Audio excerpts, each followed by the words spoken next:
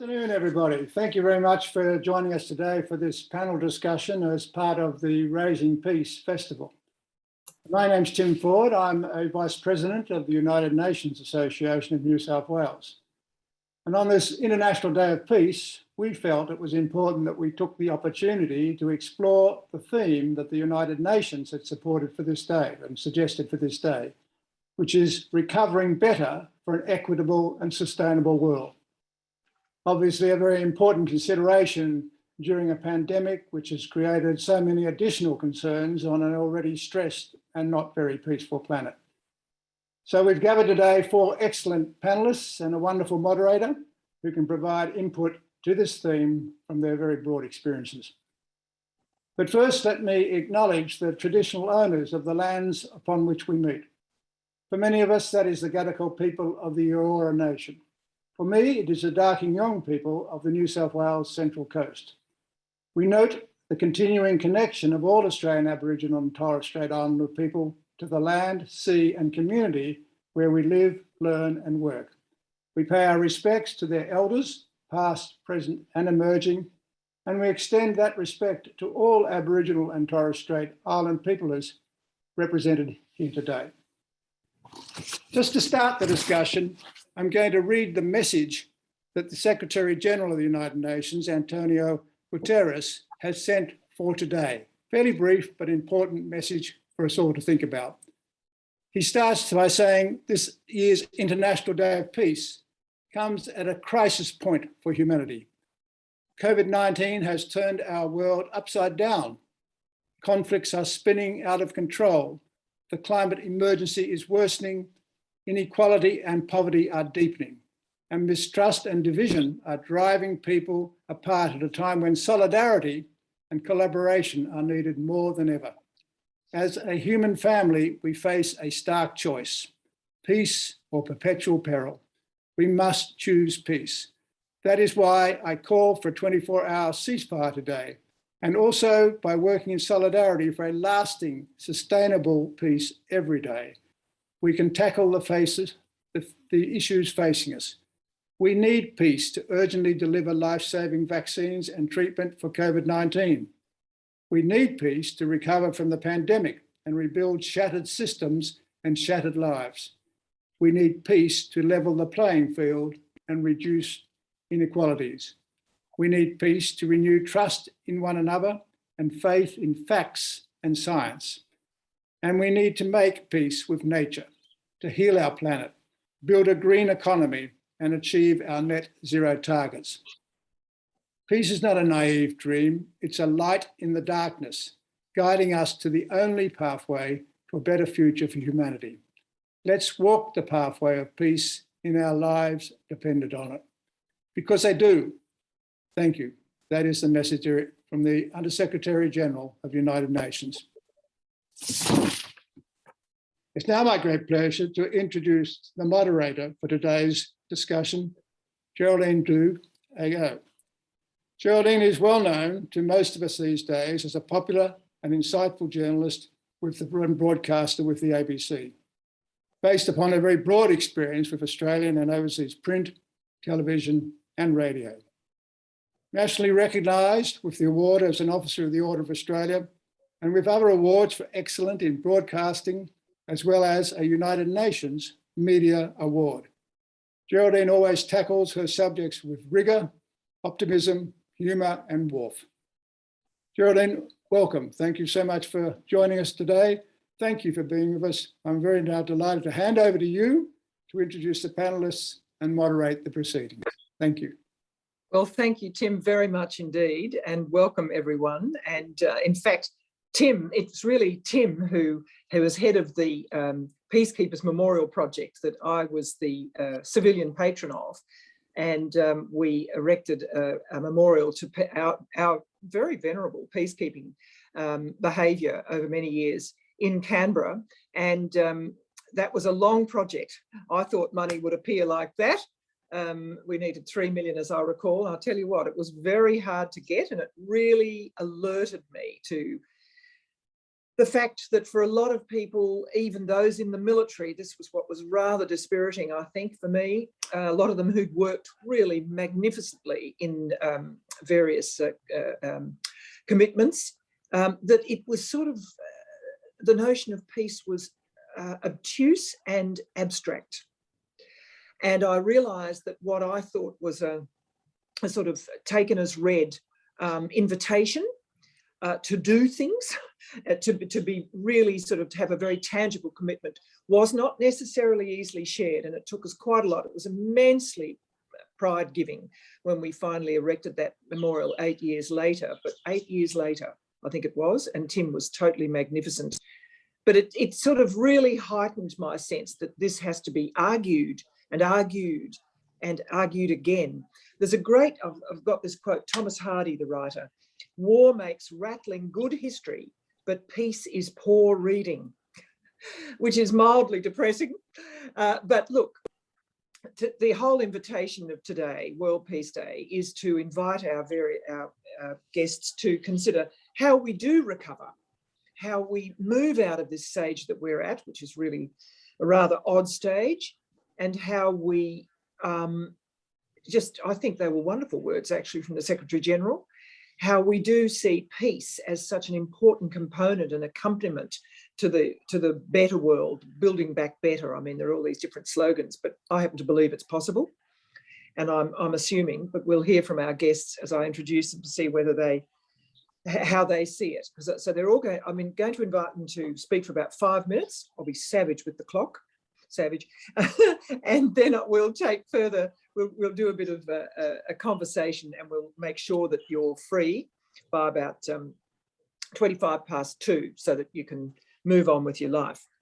So my first guest, I'm delighted to say, is Steve Killea.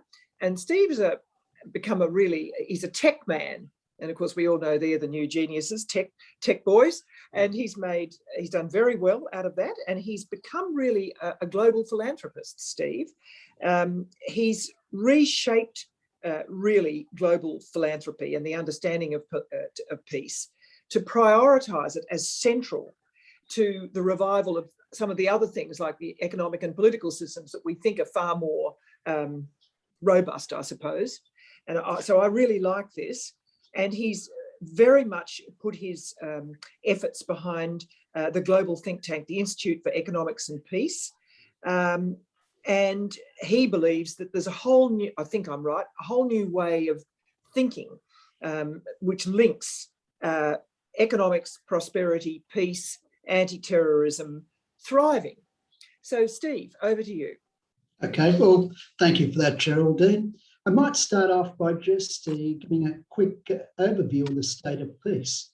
And I'll just go through a number of stats. Now, then I'll come around to a concept called positive peace, which is the attitude, institutions and structures which create and sustain peaceful society, and go through the relationship of that, how it comes about and why that's central to really moving forward. So if we look at the state of peace globally today, if we went back to the last decade, it's probably a lot more nuanced than what everyone on this call thinks. In fact, 87 countries improved in peacefulness, while 76 countries decreased. So that was less than the numbers which improved. But if you look at the overall peace, it decreased by 2% in the last decade.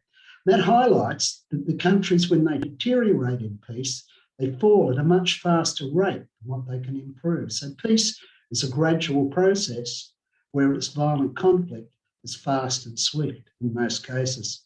It's also a concept of a growing inequality in global peace. So we look at the countries which are most peaceful over that decade, they've got slightly more peaceful. Whereas look at the countries which are least peaceful in that decade, they've got even more unpeaceful. So you've got this growing inequality in the level of peace.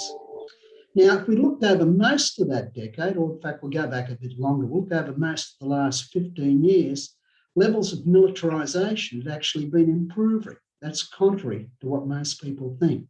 But that trend reversed about 2 years ago because of a lot of global tensions between a lot of the major powers in the world, the militarisation and the growing conflicts or potential conflicts in the North Pacific and also the Russia-US relationships as well. If we look at the indicators, things like homicide, perceptions of violence, violent crime, they all improved globally. However, on the negative side, we had things like terrorism, which increased, the levels of ongoing conflict increased, although they have been improving the last couple of years. Levels of violent demonstrations, they're up 262% in the last decade. Politically sponsored state terror, that's been on the increase, as is the number of availability of small arms globally. If we come around and we look at sort of some of the threats moving forward in the next near period, what we're seeing is that there's a lot of ecological threats which are really going to become important. You can see this particularly expressed in Africa. It's also set up through North Africa as well, moving over to Pakistan. In fact, the country with the most ecological threats on the planet is Afghanistan. 11 of the 15 countries with facing the worst ecological threats amongst the least peaceful countries in the world. The other 4, according to the work we've got, we're expecting substantial falls in peace.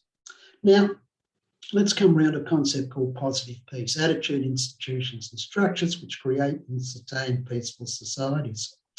We've arrived at that through the analysis of 50,000 different data sets, indexes, attitudinal surveys to derive the factors which are most statistically and mathematically associated with peace, and that's called positive peace.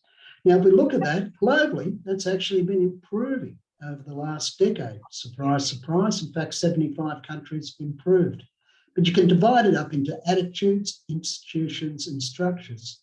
The attitude domain, however, things have been deteriorating. Now, you can see that, including and particularly in many of the Western democracies. So what's been falling? So if we look at that, you'll find it's things like group grievances, you have misinformation, fractionalised elites, and that's where the elites within a society start to fight more.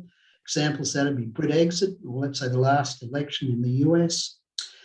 Corruption is on the rise, as is a falling belief in democracy. And so these are all the things. So positive peace is also associated statistically with a whole lot of other things which are important. And they'd be things like higher performance in measures of GDP development. So countries which are improving in positive peace, for example, have 2% per annum higher GDP growth rates than countries falling.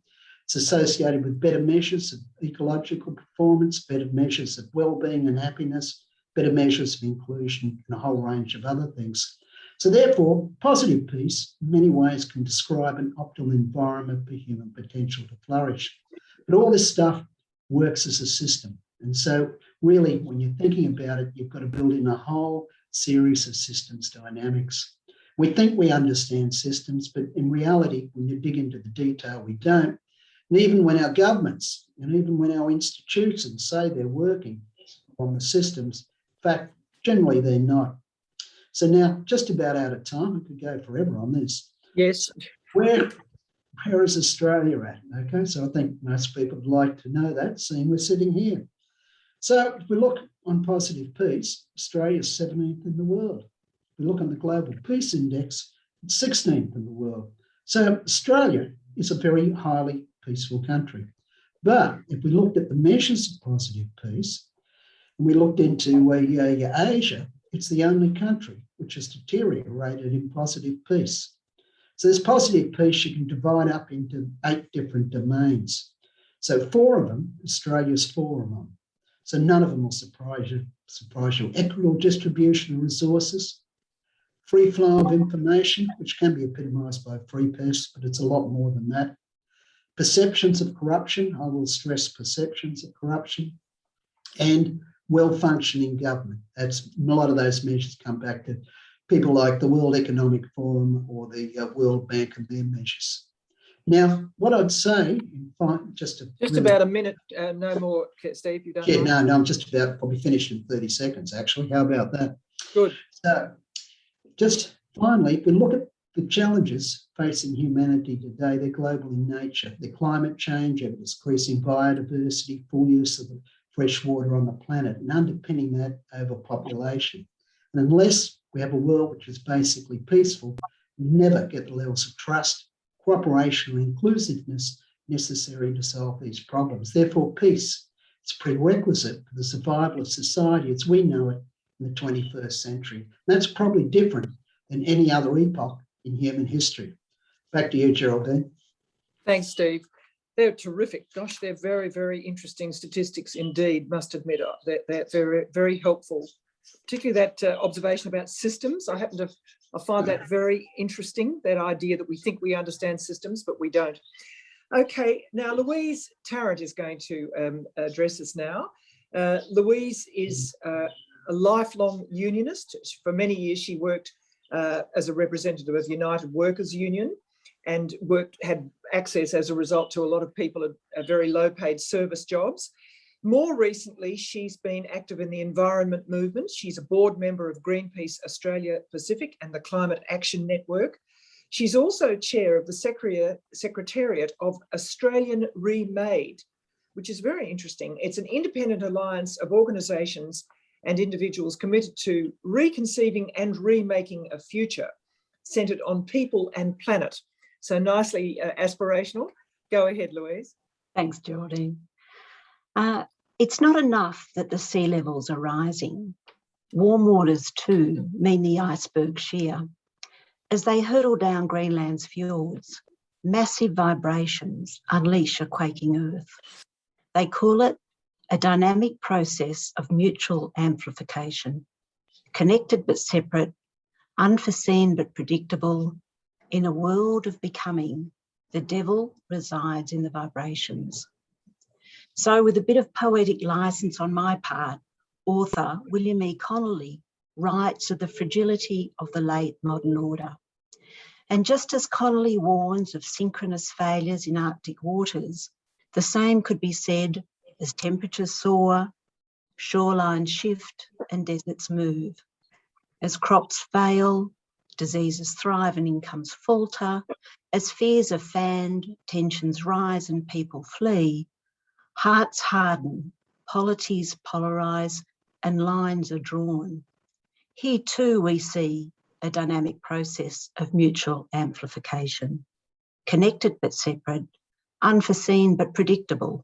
In a world of becoming, the devil resides in the vibrations. Our challenge today is how do we shape that world of becoming?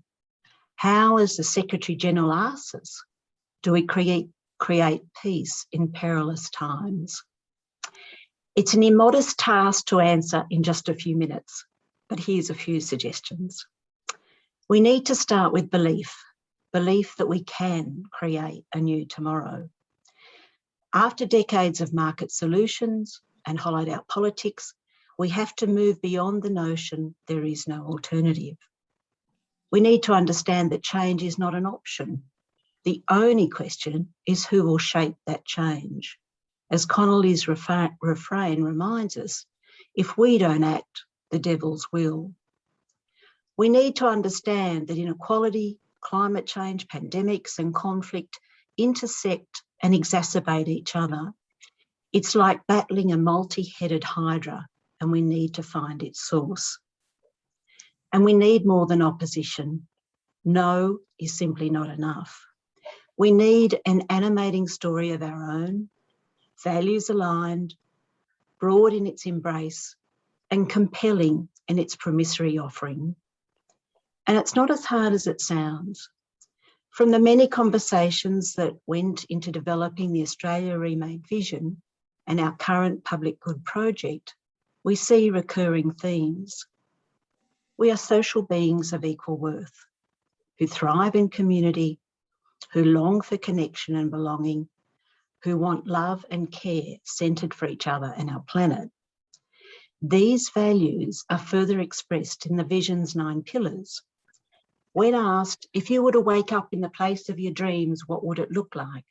People invariably identify a first people's heart, a natural world for now and the future, an economy for the people, a society where all contributions count and every job has dignity, a diversity of people living side by side, a country of flourishing communities, a new dawn for women, a thriving democracy, and being a proud contributor to a just world.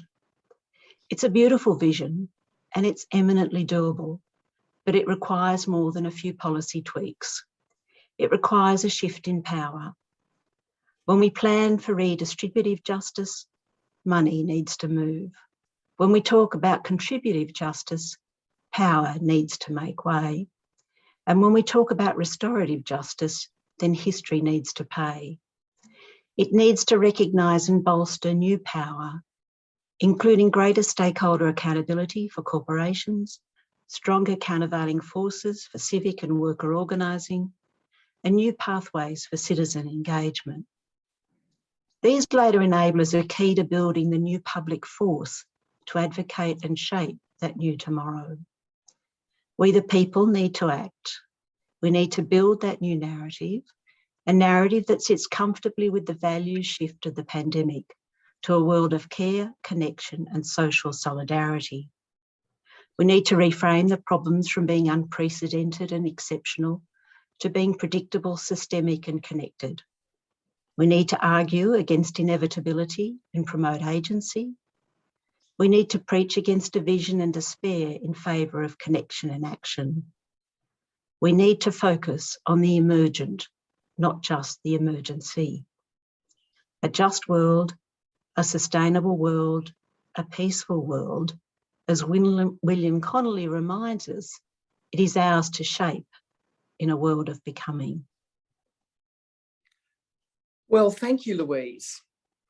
Now, I don't hear a lot of words like that these days. Thank you very much indeed for reminding us that there are big dreams, you know what I mean, that need to have words put around them. Now, I'll be interested to hear how Joel Negin, pardon me if that's, is it Negin or Negin, Joel?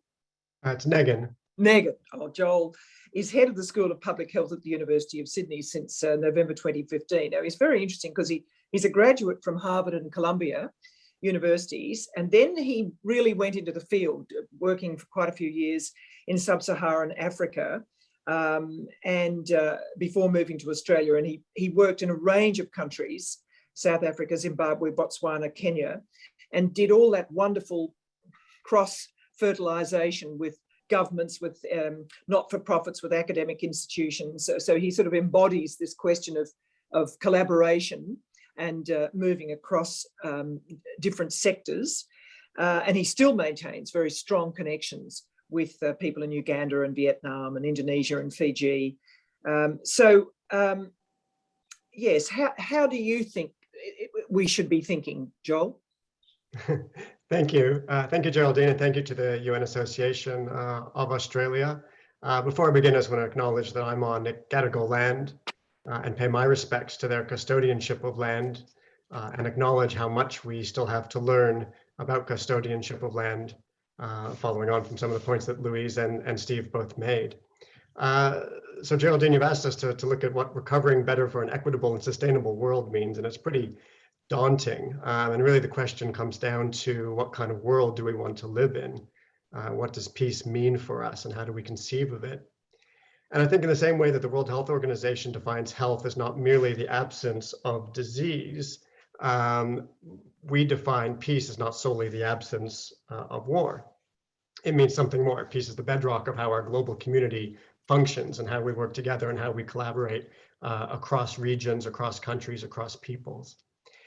And as a public health person, I'm going to focus a little bit on the thing that we all are sick of talking about, which is COVID-19, but I think I'd be remiss if I didn't take the opportunity to talk about that a bit. So for those of you who are sick of hearing about it, you can mute me for 5 minutes and then we can talk about something else. But I really think when we're talking about peace, vaccine equity is a defining challenge for our global community and how we conceive of peace. Without it, we cannot strive for peace in an equitable world. We can't recover better. So let's just look at the reality of vaccine distribution globally. Only 20% of people in low and middle income countries have received a first dose of COVID vaccine, compared to 50, 60, 70% of people in high income countries. And if we're talking about the low income countries, particularly the ones that Steve highlighted that are under most stress ecologically, politically, socially, it's less than 3% have had a first dose. Even looking at some of our neighbors, Indonesia, 26% first dose, Vietnam, about 28%. And you look at South Africa, 18%, Tanzania, under 1%. At the same time, G7, the richest countries in the world, will have about 1.2 billion surplus COVID vaccine doses by the end of the year. And if those spare doses were made available in poorer countries, between 1 and 2.8 million lives could be saved. So the moral case for vaccines to flow quickly to lower income countries could not be clearer. The burden of death is falling heavily on the poorest, and that is the antithesis of peace and building a sustainable world. So how does this happen? Well, it's kind of entirely predictable. To Louise's point, this isn't unprecedented and shocking. This is exactly how the system is designed to work. Rich countries bought up available supply, and pharmaceutical companies were happy to provide supply to those who paid for them. Who paid what for doses when? Well, that's commercial in confidence, which means we can't actually have this conversation out loud. And we have this term vaccine diplomacy, where Australia donates vaccines or China donates vaccines, but that doesn't accord with what we should be talking about, which is vaccine justice. Now, we've seen this all before. Again, to Louise's point that this is systemic, and we've seen this before in access to HIV medications in the early 2000s, when poor people died in their millions due to lack of access to drugs that were making HIV a manageable chronic illness in Australia, US, Canada, and so on. And political pressure brought those prices down and made treatment available. So we talk about protecting pharmaceutical patents and so on, but how much profit is enough for Pfizer or other pharmaceutical companies to maintain their incentive to innovate? Is it 5 billion? Is it 10 billion? Is it 20 billion? At what point do you say, you know what? We still have an incentive to do some innovation after we've made a few billion. At some point, we need to think differently. So we need to do more about supporting vaccine production. We're talking about patent waivers, technology transfer. Wouldn't it be amazing if Australia, rather than donating excess to the region, which they've done a nice job of, wouldn't it be amazing to partner with the region to develop production capacity in Vietnam or Indonesia or somewhere else? That would be catalytic and transformational. And then there's a big debate we need to have about boosters. How about saying something like no boosters in Australia until Indonesia hits 60% coverage? That's, again, a challenge to what we think of as justice. So how do we recover better? We place justice at the core, not charity. And I think that resonates how we engage overseas, but also how we engage here in Australia to talk about justice as our bedrock in order to achieve peace and a sustainable world. Lastly, just with my last few seconds, Geraldine, if I may, I do want to reflect on ecology, which has come up by both of our previous speakers. We've talked a lot about responding to this pandemic, but if we're actually serious about preventing the next one, we need to pay more attention to ecology. Pandemics emerge from the interaction between humans and animals, and this comes from habitat encroachment, habitat loss, loss of biodiversity. Conservation is not the silver bullet, but it's a huge part of the equation, and we need to start being explicit in how we talk about it. So we can recover better, we can build back a better world, but we need to break down some of these barriers that have prevented us from doing so. Thank you. Oh yes, that's a very nice little way of thinking about it. No boosters here until Indonesia's got a certain amount. Yep, brave. Yep. Yeah, no, I hear you, but by God, imagine that. Yes, but it's very does focus the mind. All right, thank you. Now there are some questions coming in along this line. Now, our last speaker, I'm delighted to announce, is Leanne Smith, who actually is a diplomat and lawyer in her background, with a lot of experience in what you might expect flows from that policy analysis, bilateral, multilateral negotiations, crisis management, implementation of international law, particularly in the field of human rights. She's done a lot of work across the NGO sector, regional human rights organisations, Australian government and the United Nations. She served as Chief of Policy and Best Practice for the UN Departments of Peacekeeping Operations and Field Support. So I'd love to question her at length about that. But she is now currently the director of the Whitlam Institute, within Western Sydney University. So, Leanne, how do you answer this question coming from your perspective? Thanks very much, Geraldine. Do you hear me well? Yes, lovely. Great. Hi, everyone. Thanks for joining us. I'm calling in from the lands of the Gadigal Wangal peoples and pay my respects to their elders. I'd also like to start by acknowledging that we can't really have a conversation about peace today without all of us bearing witness to the terrible fate that our brothers and sisters in Afghanistan are facing right now after some 20 years of efforts to build peace there. So I think a huge reflection of the daunting task of what building peace means. Thanks to UNAA, to Tim in particular for hosting us, and thank you to Geraldine for moderating. And I was so interested to hear the comments from the other panelists. We've got such a broad range of perspectives on this really complex topic. So this year, the UN Secretary General asks us to focus on how to transform our world into one that's more equal, more just, more equitable, inclusive, sustainable, and healthier. So no mean feat at any time in history, but certainly not in the current global context. And I think that the daunting nature of that call to arms is something we're all grappling with. At the Whitlam Institute, we are very like-minded about that call to arms. In 2013, Gough himself charged our institute to, and I quote, help the great and continuing work of building a more equal, open, tolerant and independent Australia. And so the work we do today under the themes of the future of Australian democracy and Australia in the world is really committed to those objectives. And interestingly, I think through the work that we do with young Australians, we run a writing competition called What Matters, and we run a civics education program. We're really conscious that this year's theme is one that speaks volumes to the young people that we work with in any case, and they're young people who are really aching for genuine change that brings all of these issues together. But for my contribution today in the short time we have, as I wanted to focus on peace building, peacekeeping and peacemaking, and what I've learned as a civilian UN peacekeeper about the complexities of that in countries like Afghanistan, South Sudan, Liberia, Timor-Leste, Lebanon and Cyprus, places where I've worked in UN peacekeeping. So we know that peacekeeping is deeply flawed, but we also know it's one of the most effective tools available to the UN in terms of the promotion and maintenance of international peace and security. But it's certainly not easy. So I wanted to share 5 lessons I've learned about how we can build back peace better than we've done in the past if we learn from our lessons. The first is that it's really simple, but prevention is better than cure. The international community will always make a better investment in early warning of potential conflict, in addressing drivers of conflict, such as inequality, and in peace building, rather than trying to make peace or support peace processes after a conflict has erupted. And that's been supported time and time again. Agenda for Peace, High-Level Panel on Peace Operations, the Secretary General's Action for Peacekeeping, and now his new Common Agenda. The second point that I've learned is that peace can only be made by the parties to the conflict and the people impacted by the conflict. Peace processes have to be locally designed, led, and be inclusive of all society. The international community, I count myself in this learning, can only support these processes if we expect them to be sustainable.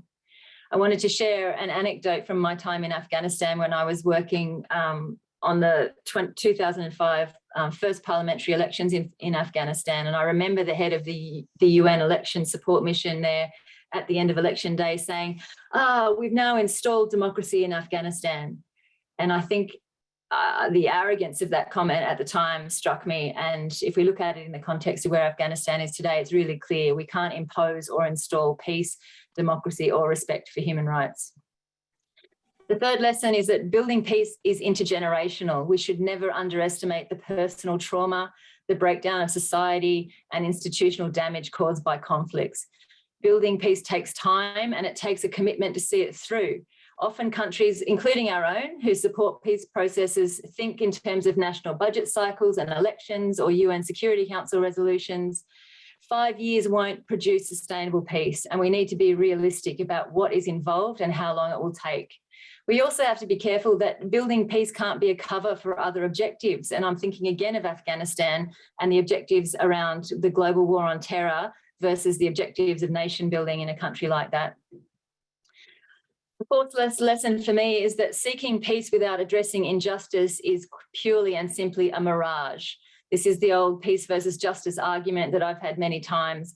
But personally, I think that the root causes of conflict have to be addressed if peace is going to be sustainable. And whether we're talking about another country or whether we're talking about our own, for example, First Nations reconciliation efforts, acknowledging the harms that are being done, processes of transitional justice, truth-telling, they're all essential to genuine healing and to real peace. And the fifth lesson that I've learned is that women are invested in peace. Report after report shows us the efficacy of including women in peace processes. Women must be at the table of peace negotiations. I probably don't have enough time to share another anecdote here, but maybe in the conversation I can share some of what I've learned about dealing with women in conflict situations. Oh, go on, share it, go on. So I was part of the mission planning to set up the new peacekeeping mission in South Sudan after South Sudan achieved independence.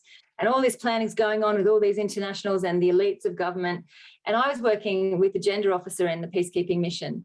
And she was the only person in the whole planning exercise who had convened a meeting with civil society to let the planners get a perspective from local people about what was happening. And because she was a gender advisor, 250 women from civil society individuals showed up to talk to the leaders of this planning process.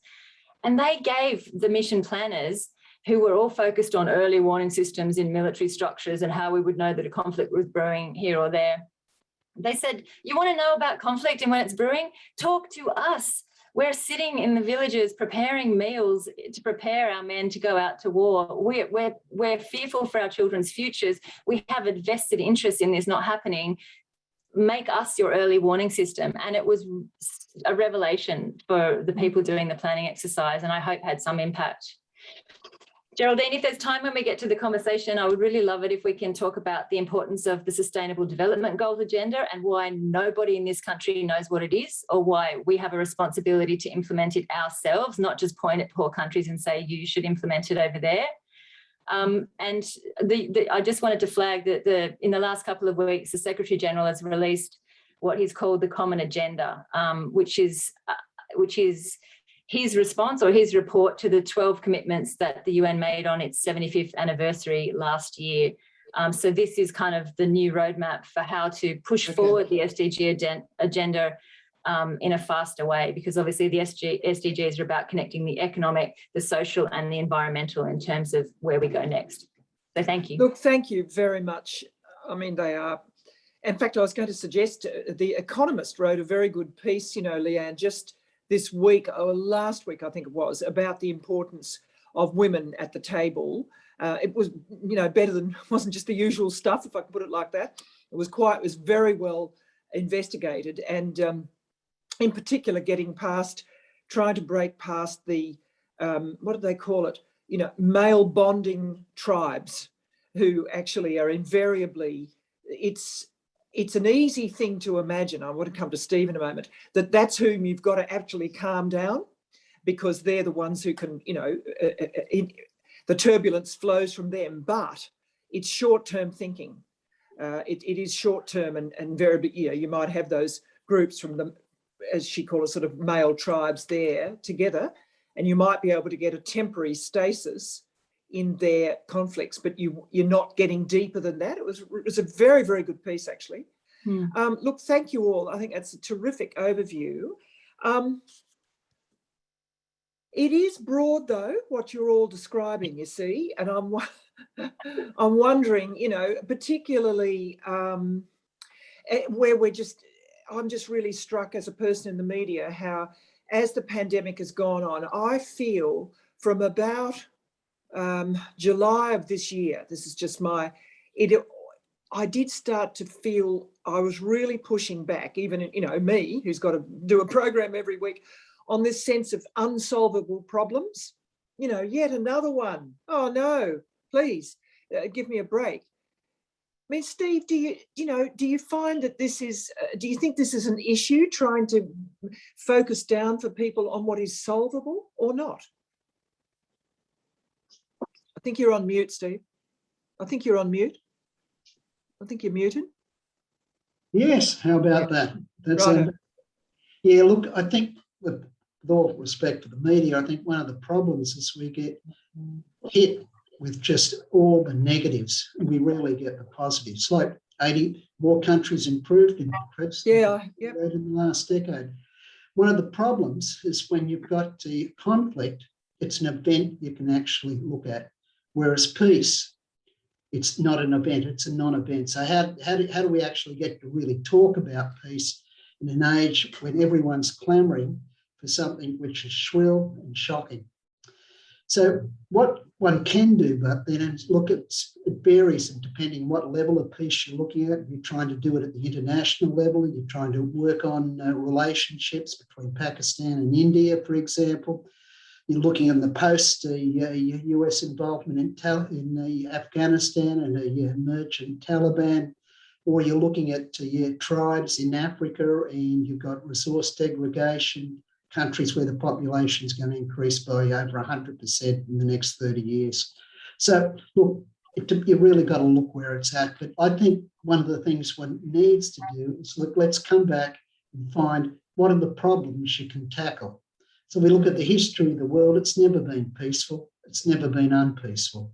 I don't know why reality is structured the way it is. It's this dynamic balance between two opposing forces, if you like.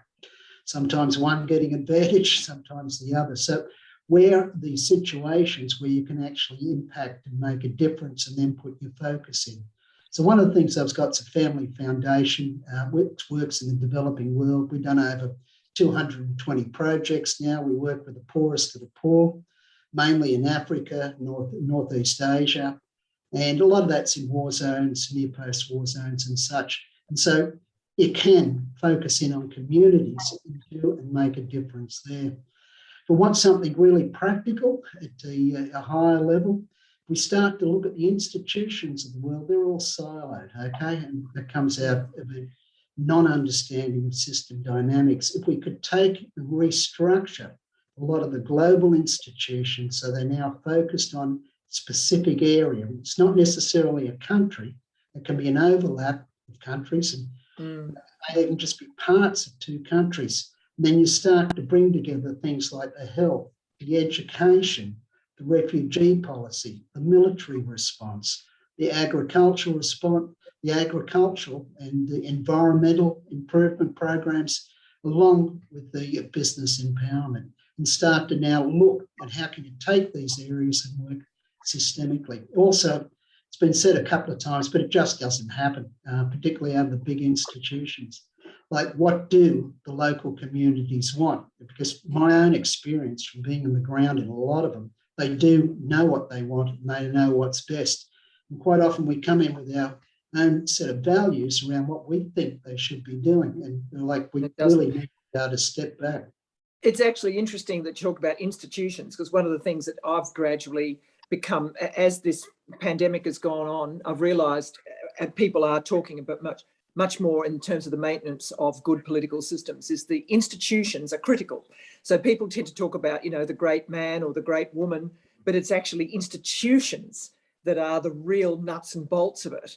But of course they're non-sexy, they're not a sexy subject. And I've become more and more interested in this. And I want to go to you, Leanne, because one of the things that Steve found in those statistics was the places where the elites started to battle with each other. That was an early warning. I found that very interesting. Now, I just wonder if maybe you've tended to go in when after that's erupted, but does that ring true to you? And I just wonder if that's quite an interesting learning for us to take. Yeah, I'm sure Steve's evidence is really well founded, and I'm not sure if you can track when that elite breakdown happens in relation to when the breakdown is happening more broadly. From where I've sat as a human rights officer, I've been more aware of that growing divide and the inequalities between the elite and everybody else. So, and the international community, in my experience, tends to focus on the English-speaking elites. And that's the only messaging they're getting. And particularly in the UN system, when you've got political officers who are providing the advice to the Security Council, if you're not doing integrated analysis and assessment that includes the military, but also the civil affairs people and the human rights officers who can build you a picture of what's happening in that country beyond the conversation with the elites, you're missing a lot of those potential early warning triggers. Now, that's very interesting because, Joel, how would you see this from your experience? Yeah, I mean, I think some of the stuff Steve's saying and Leanne also emphasized, kind of working with the people at the grassroots. You can't have peace without the people who are impacted by conflict. And Leanne and Steve have both mentioned, some of these countries that are most impacted by ecological stress and by conflict. And South Sudan is one. And my partner worked in South Sudan and helped to design some of the state constitutions when South Sudan was becoming an independent country. And one of the questions that got asked by these US NGOs was, do you want to have the right to bear arms? And of course, a country that's just had 50 years of civil war, 99% of people said, no, we don't want a right to bear arms. Why on earth would we want a right to bear arms? But the frame of reference that was coming from the kind of NGO, the American NGO elite just was at complete discordance with what people on the ground actually wanted to say and do. And it's just one of those disconnects. And I've seen in the chat some of these questions about development assistance versus justice versus peace and how do they work together. And that was just one of those glaring examples of not hearing from people on the ground as to what their fascinating, very interesting what example. their dreams were. Yeah. Louise, do you want to buy into this, or you don't have to? Just two quick examples, I guess, about both questions. You talk about unsolvable problems, and it does feel at times overwhelming, but actually you have a look at what's happening. I mean, I think part of the problem is we live in Australia where we've got a federal government that just is not moving on anything. And so it does feel like there's no momentum. But if you look at the stimulus packages post-COVID happening around the world, you're seeing an integration of strategies around climate, around health, obviously, but also around diversity. You see in the US, real racial discrimination is trying to be tackled through stimulus payments. We're seeing in Canada, green renewal projects being funded at an extreme rate. In France, we saw the bailouts of Renault and Air France being done in such ways that there's public good outcomes, so that they're trying to integrate public dollars with multiple responses to multiple problems. And so an integrated approach is possible. And basically the technology is there to make some of the changes. Climate change can be responded to. And I guess the other point is when you've got breaks in elites, it might be a foreshadowing of conflict, but it's also a foreshadowing of opportunity. I mean, in Australia, the real breakthroughs on climate and emissions have come because basically the fossil fuel order is being a bit broken apart. You've now got finance separating out. You've got different elements of the mining Minerals Council, etc., going different ways. No longer have you got this monolithic corporate response that we saw against the super profits tax. So actually breaks in that elite can be very fortuitous for moving, projects that actually support a just and sustainable future. Yes. Look, that whole discussion about elites is a complete separate one. If you want to read some of the verdicts, some of the interesting writing among the key American intelligentsia about what happened in Afghanistan is incredibly bracing and sobering, I must say. And it really is interesting. If you take your eyes off the elites, you might well bequeath terrible sort of results for poor people. That's the trouble. That is the trouble. Now, look, there's a question here for the panel from one of our participants. In Australia, we're generally told that the actions and indeed existence of the ADF is justified by the threat of both terrorism and China. It's a generally held belief we need such a fighting force to protect ourselves. My question is, what should a country do regarding its defence force if it wants to be peaceful and contribute to global peace? Should the ADF not exist? Should its role be limited to perhaps peacekeeping operations and defence of the land in case of actual invasion? I'm absolutely an advocate for peace, but is it sensible for a country to have no military at all? Just a small question, Joel, which I'm going to throw to you. Thank you. I think I'm the one who's least involved in kind of peacekeeping and military, so I'll give it a go, and others can correct me as we go. But what has the ADF been doing recently? They've been going door to door and checking whether people are quarantining at home. You know, a police officer and an ADF service member go to people's doors, knock on their door and say, are you still at home? Because you're supposed to be quarantining for 14 days. Now, if that's the point of our military, I'm not quite sure if that's what they're trained to do or we want them to do. You know, an ADF in the lockdown last year in Melbourne, they were kind of guarding hotels and stuff. I mean, so one of my questions is that what we want the ADF to do? The ADF is increasingly being kind of pitched as emergency response domestically when there's a flood in Queensland or a quarantine issue. So, you know, that's one of my kind of reservations. We cannot be sending military onto the streets of our communities, particularly communities, migrant communities that do not have a great view of having militaries come into their neighborhoods. So my angle on it is the military don't want to do this, I can tell you. Yeah, I'm sure. I mean, the military don't want to do it. We don't want them to be doing it, but that's how we're using them. So I think a rethink about what the role is of it and the negative implications of having our military serve domestic policy needs, that's not going to get us where we want to get to as a community, nor as a global community. What do you think, Steve?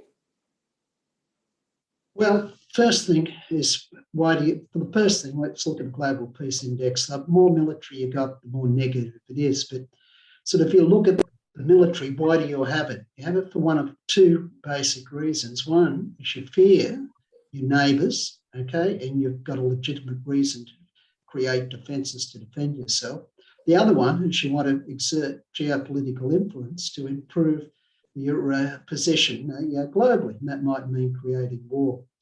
So now, what is the right level? And so we don't live in a peaceful world, okay? We also, militaries are good for peacekeeping operations, which you can run into other parts of the world. So there's legitimate roles for the military, and we don't live in a peaceful world, so we do live in a military. That then poses a very difficult question. What is the right level of militarisation for a country? So we've done work on exploring what that would be, but in the end, it comes down to it's a subjective choice of the citizens of the nation, what they think it should be. Now, over and above that, obviously, there's a whole series of illegitimate use of force, okay? And there's also then, a whole series of illegitimate use of force. You've got a whole lot of conventions set up around the UN, Security Council and such to try and control that. But it's far from imperfect, as we could see with Iraq, for example. Afghanistan, the invasion, they even sort of justify it, but places like Iraq, Libya, Syria get a lot more problematic. So we come back to Australia and we start to look at the concept of the militarisation. So if you want to try and have a country where you've got a bigger military so you can have a bigger clout, well, you've got to create the culture of a military culture within your society. And so what you do then is you take military people and you put them in the top positions in the country, the ones where people are going to think the best of them, like Governor Generals might be an example in some countries. Sort of then if you've got major civilian responses, efforts like COVID, put a military man in there, okay? Because who do you trust more than the military? That's how you start to build up this concept of a militarised nation. So if you go to the US, which is a highly militarised nation, you see it reflected in all sorts of ways. You walk into one of the business or first class lounges, and if you're a military serviceman, you can get in there too, okay? So for the lowly, somewhere they wouldn't normally go, and you can get so on from there. But we do need a military. The question is, what is the size of the military? And for me, I wasn't really concerned too much with it up to probably this year, because it had the size of the militaries globally had been decreasing. For the last 2 years, that's changed, and I think we're seeing a change in a trend. So militarisation is just, I think, it's going to keep increasing over the next. Do you? Righto. That's very interesting. Leanne, what are your thoughts? Yeah, I support what Steve and Joel said. I think if we're pragmatic, we're not going to see Australia without a military in our lifetimes. But it's more a question of where our military fits in relation to our overall, in relation to our democracy, first of all at home, and in relation to how we portray ourselves and how we engage more broadly in the world, both in terms of our diplomacy, bilateral diplomacy, regional diplomacy, and multilateral diplomacy. So I think our best stability and security comes from the nature of the relationships we establish, which would be hopefully kind of long-term strategic relationships rather than reactive, short-term transactional ones. But I think I agree with Steve. Our foreign policy and our aid policy has become much more not only militarized, but also trade-driven in recent years in a way that has done, from my perspective, serious damage to our legitimacy as a good faith international actor. I've just been advised by people who are organising this that this whole question was addressed by the ambassador for Costa Rica in a session earlier today. I don't think Costa Rica has a military at all. I think that's right, and that's going to be available soon as a recording on the Raising Peace website. So you might like to, if this has piqued your interest, which I think is a very, that's rather depressing to hear Steve think that we're actually going to go backwards on that score. But anyway, and of course the tricky thing, in the US, which I agree with you, Steve, but it is also true that that institution is an enormously equality providing institution within the US. They're exceptionally clever and good in the way they work with people from very disadvantaged backgrounds and give them, I think it makes it, I always find it a very tricky sort of dance to see what they do with people who nobody else in society is bothered with, and they bother with them for reasons, for them, I know, but they do it well. Yes, Louise.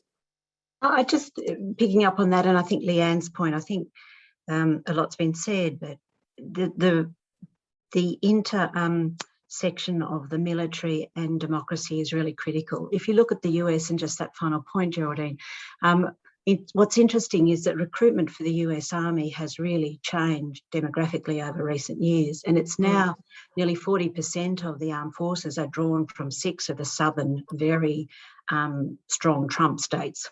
So the politics of your armed force can start to become much more politicised when there's not, a broad population spread. And so that's just an interesting change given the sort of the politics of recent times in the US.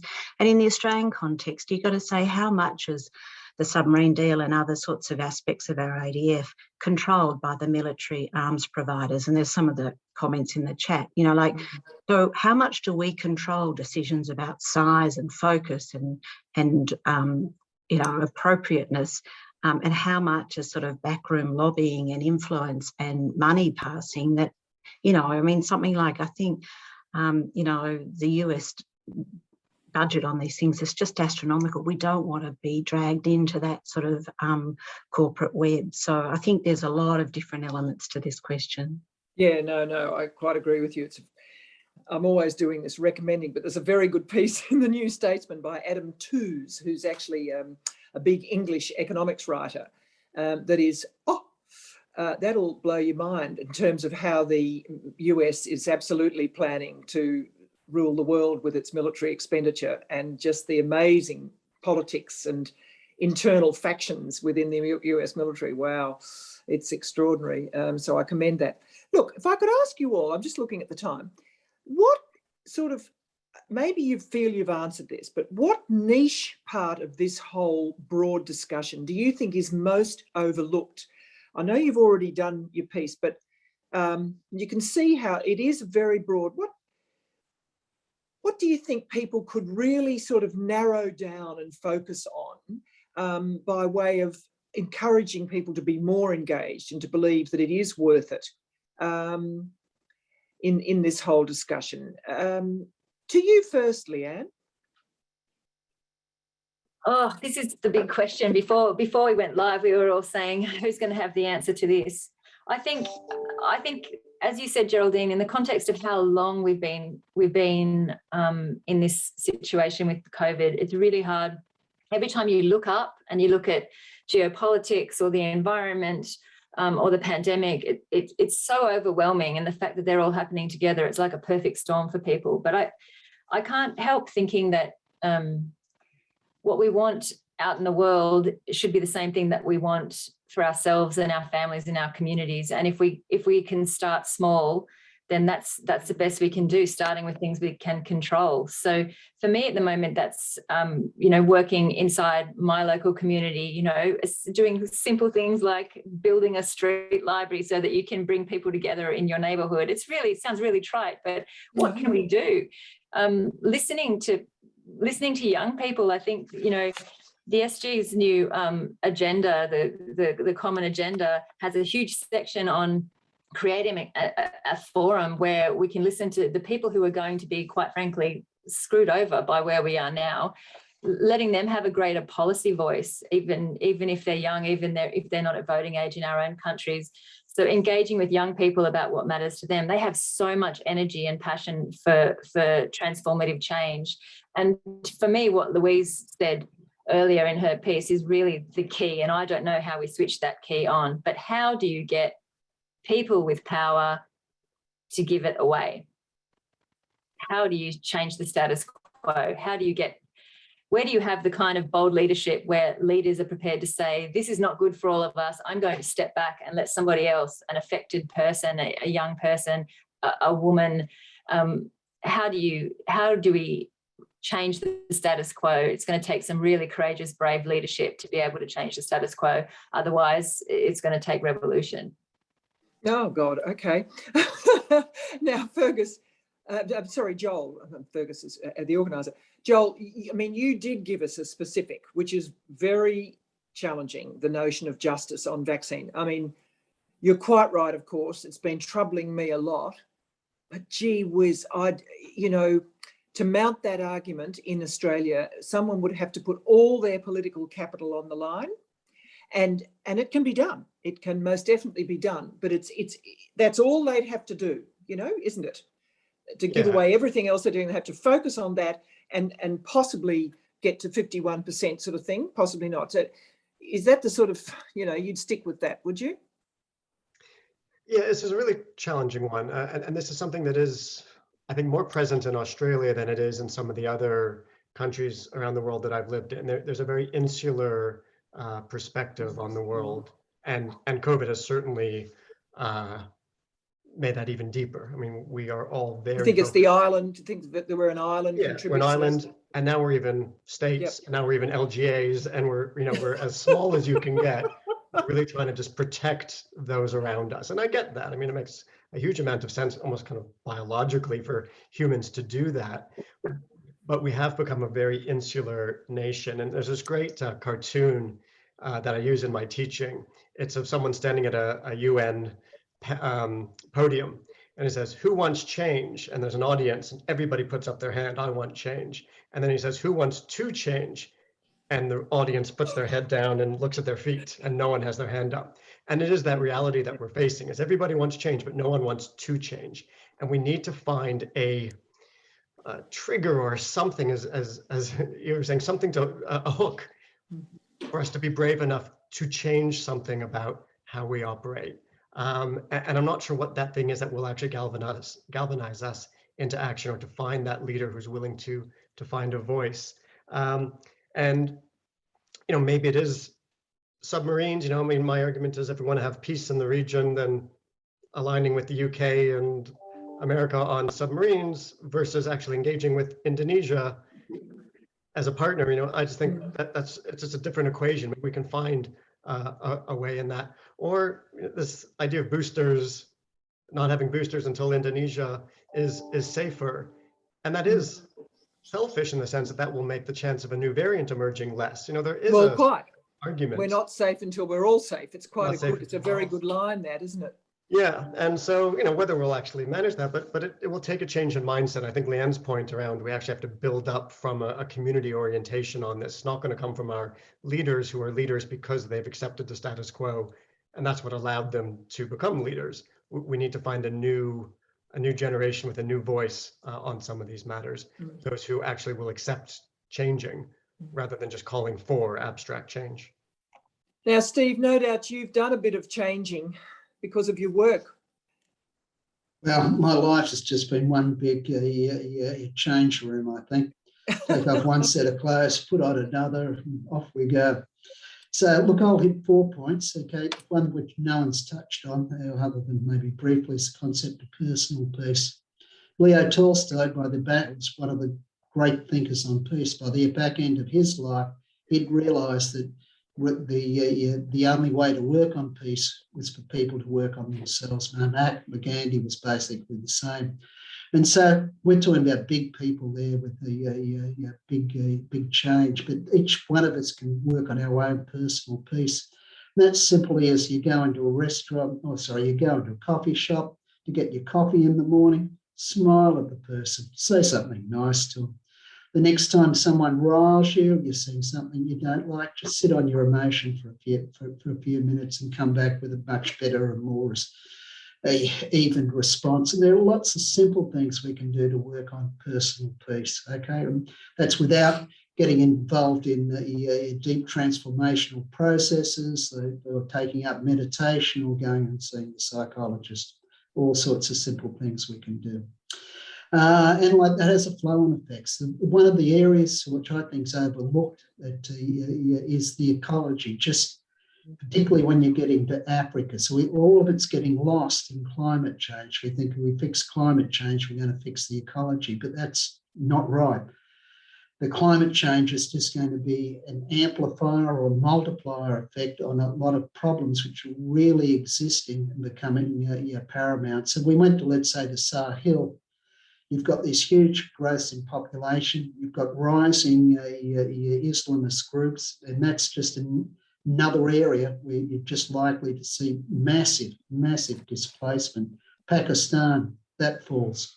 120 million people, massive displacement going on again. And so I think it's back to what Louise was mentioning earlier on, and working with programs of resilience. So we have to get in there early, but all the talk of it, no one's doing it. Like the United Nations bill on peacekeeping is 1% of the cost of violent conflict in 2020. Leanne's comments on the working class, it drives me crazy. I hear all these stories about inclusion, and none of it has to do with the working class. One of the profound changes, because everyone at the table's got a university education, usually more than 1 degree. One of the things, profound changes, if we look over the last 60 years, the people who voted for the working class have now shifted. So they all voted sort of the Labor type parties or the Democrats, let's say 60 years ago. Today, they're voting for the Conservatives. And you find that the people, and this is mainly the elite educated class who used to vote for the Conservatives, now are voting. Yes, I know. That's right. It's weird. It's phenomenal. The renters voted Liberal and the landlords voted Labor. Yeah, no one needs to get their head around it. Louise might have some really interesting stuff on this. Is that like a Labor Party doesn't really represent the working class anymore? They're all swinging away. And so how do you get the working class in the room to listen to what they say? And we won't like it because they've got different values than us. Finally, just be quick. Yeah, thanks, because I want to get to Louise. On the leadership, one need to be a good leader. You need 2 things. One, you need to be empathetic, and you have to be really knowledgeable on what you're doing. We focus on the knowledge, we don't focus on the empathy. There's a whole range of things which are going to come out in the next 5 years where you can take a camera like this, you can look at someone, and you basically determine their levels of happiness, the levels of internal peace. We'll have whole new ways of being able to gauge who should be a leader. Okay, fascinating. Now, Louise, final word to you. Look, over the last year, we had, a year ago, we identified that you know, with the privatisation of everything, including ourselves, we needed to reclaim the public square. And so we got together a whole lot of different community groups ranging across First Nations communities, disability, single mothers, workers, low income, academics, very broad ranging groups of people. And they've been meeting over the course of COVID. And despite all the exhaustion of COVID, people are hanging in there. And through a series of conversations in their communities, they're talking about what do we want from the public good? What do we want to actually use out of this pandemic experience, out of the climate change experience with the bushfires? What is it that's sort of a different world we want to carve out? And yes, there's all the usual things that we want out of government in terms of education and health, etc. But the really, you know, the thing that comes through, it doesn't matter who you talk to, is they want belonging, they want connection, they want social solidarity, and they want care. And they want those things centred in our community, and they want spaces to have a say. They've given up on governments. They've given up on thinking that we can have political leaders that deliver it. They're sceptical about corporates. They're probably more sympathetic to corporates than they are to government. Yeah, interesting. And so we need to find new spaces for those voices to be heard, because they can change the agenda. They want something different. And they mustn't give up on the politicians. They mustn't. That's no, dangerous. but politicians don't lead. Politicians follow, and that's we've got to remember, is that, you know, we can't wait for them to take the first step. We push them over the line. Look, that was very interesting indeed. I really want. I can see, you know, the chat room saying exactly that. So look, Louise, Steve, Joel, and Leanne, it was fabulous. I'm immensely sort of stimulated, so I can't bring it to a lovely conclusion. But thank you very much, and I do hope we contributed to a useful discussion, and I'll hand back to Tim. Thanks very much, everyone. What a wonderful discussion. Really hit on some very key points about what we have to do really to implement peace, and absolutely to try and recover to a better and more equitable and sustainable world. So thank you, Geraldine, Louise, Leanne, Joel, Steve. Really insightful points. I think in the chat box we've seen that very much the organisations and individuals involved are very much supportive of the words that have been said today. Your comments have no doubt have positively contributed to the aims of the Peace Festival and to our UNAA, New South Wales purpose, which is to inform, inspire and engage all Australians to create a fairer, safer and more sustainable world. So I thoroughly enjoyed the point, and I'd encourage all those in the audience to become a member and get involved either with the UNAA in New South Wales or one of the other organisations that are involved with the Peace Festival, so you can continue to be informed, engaged and inspired about with our events and our programs. So it's not too late for you to register, by the way, for the UN Peace Action webinar at 6 o'clock, where I and others will be talking about how the UN, through indirect and direct actions, actually takes and assists in international peace and support. And I think there's a lot of people who don't really know how much the UN does and around the world, and that's what we're going to try and talk about at 6 o'clock. So thank you all very much. Really wonderful sessions, everything we hoped for and expected. And really thank you, goodbye and best wishes to all.